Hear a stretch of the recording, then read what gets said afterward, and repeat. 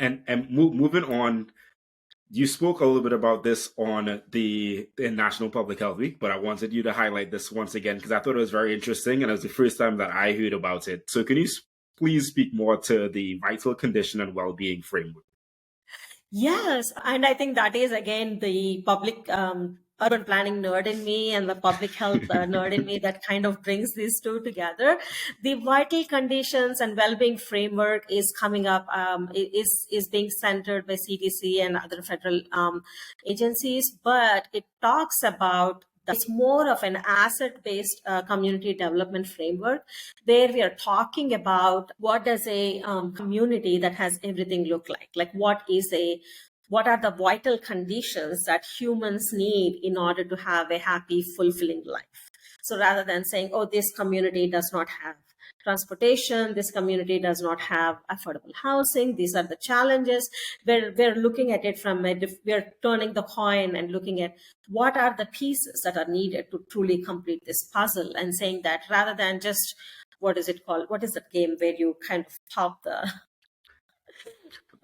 weasel game where you hit the weasel?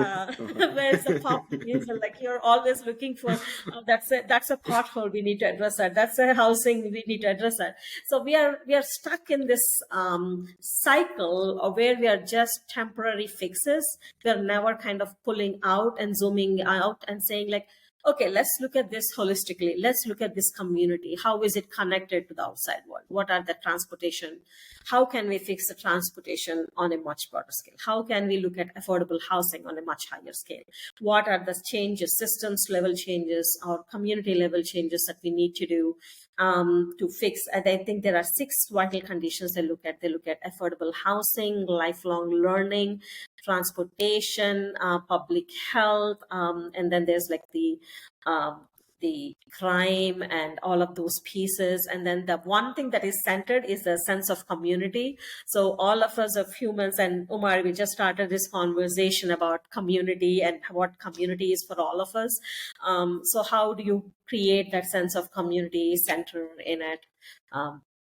So I think that is a beautiful reference or a framework to look at to look at urban planning. I don't know if you know this, and I don't know how many of you. One of my favorite shows, and as I said earlier, I'm a late entry to US. I came to US when I was 23, 24.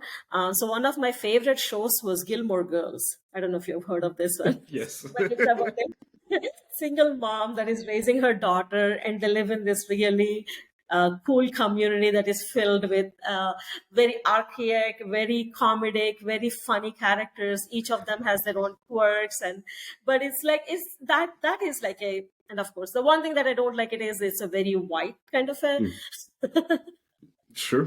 There are barely any people of color characters in it, but it was like back in the day. So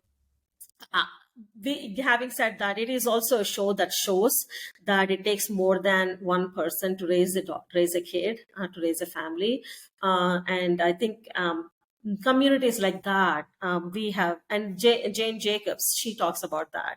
But those are the communities that we are striving to create, and we've kind of lost during this transition in our fix to trying to fix small things. We're forgetting about the holistic community. So I really like that vital conditions and well-being framework because it talks about a holistic community rather than public health, housing, transportation. Like all of those together are important.